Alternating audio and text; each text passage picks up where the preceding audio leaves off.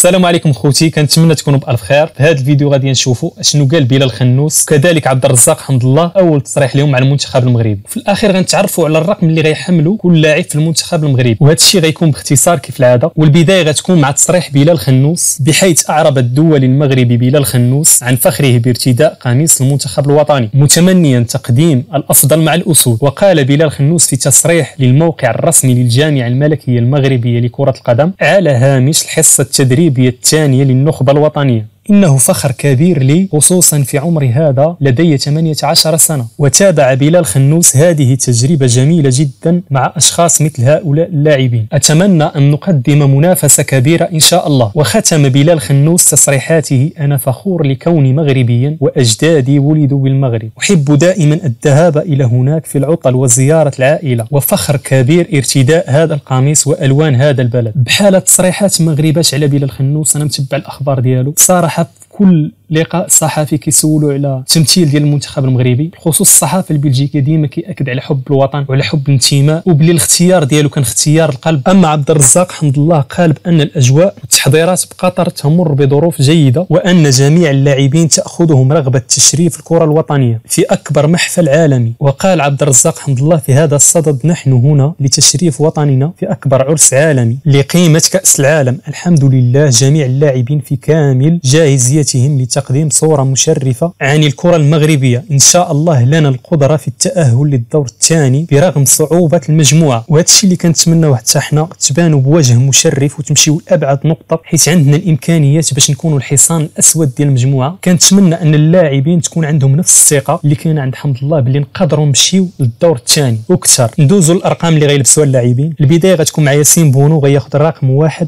منير المحمدي غيلبس الرقم 12، رضا التاقناوتي غياخذ الرقم 22، واللاعب يحيى عطية الله غياخذ رقم 25، نايف أكرد غياخذ رقم 5، غانم سيس غياخذ رقم 6، بدر بانون غياخذ الرقم 24، اشرف حكيمي غياخذ رقم 2، نصير مزراوي غياخذ رقم 3، اشرف داري غياخذ رقم 20، جواد ليانيق غياخذ رقم 18، سليم املاح غياخذ رقم 15، بلال خنوس غياخذ رقم 23، سفيان مرابط غياخذ رقم 4، عز الدين اناحي غياخذ رقم 8، يحيى جبران غياخذ رقم 26، عبد الحميد الصابري غياخذ رقم 11، عبد الصمد الزلزولي غياخذ رقم 16، زكريا ابو خلال غياخذ رقم 14، وليد شديره غياخذ رقم 21، امين حارث غياخذ رقم 10، الياس شاعر غياخذ رقم 13، عبد الرزاق حمد الله غياخذ الرقم 9، يوسف النصيري غياخذ الرقم 19، سفيان بوفال غياخذ الرقم 17، حاكم زياش غياخذ الرقم 7. هادشي اللي كاين. وصلنا للنهايه ديال الفيديو. استودعكم الله الذي لا تضيع ودائعه، وتفاءلوا خيرا تجدوه.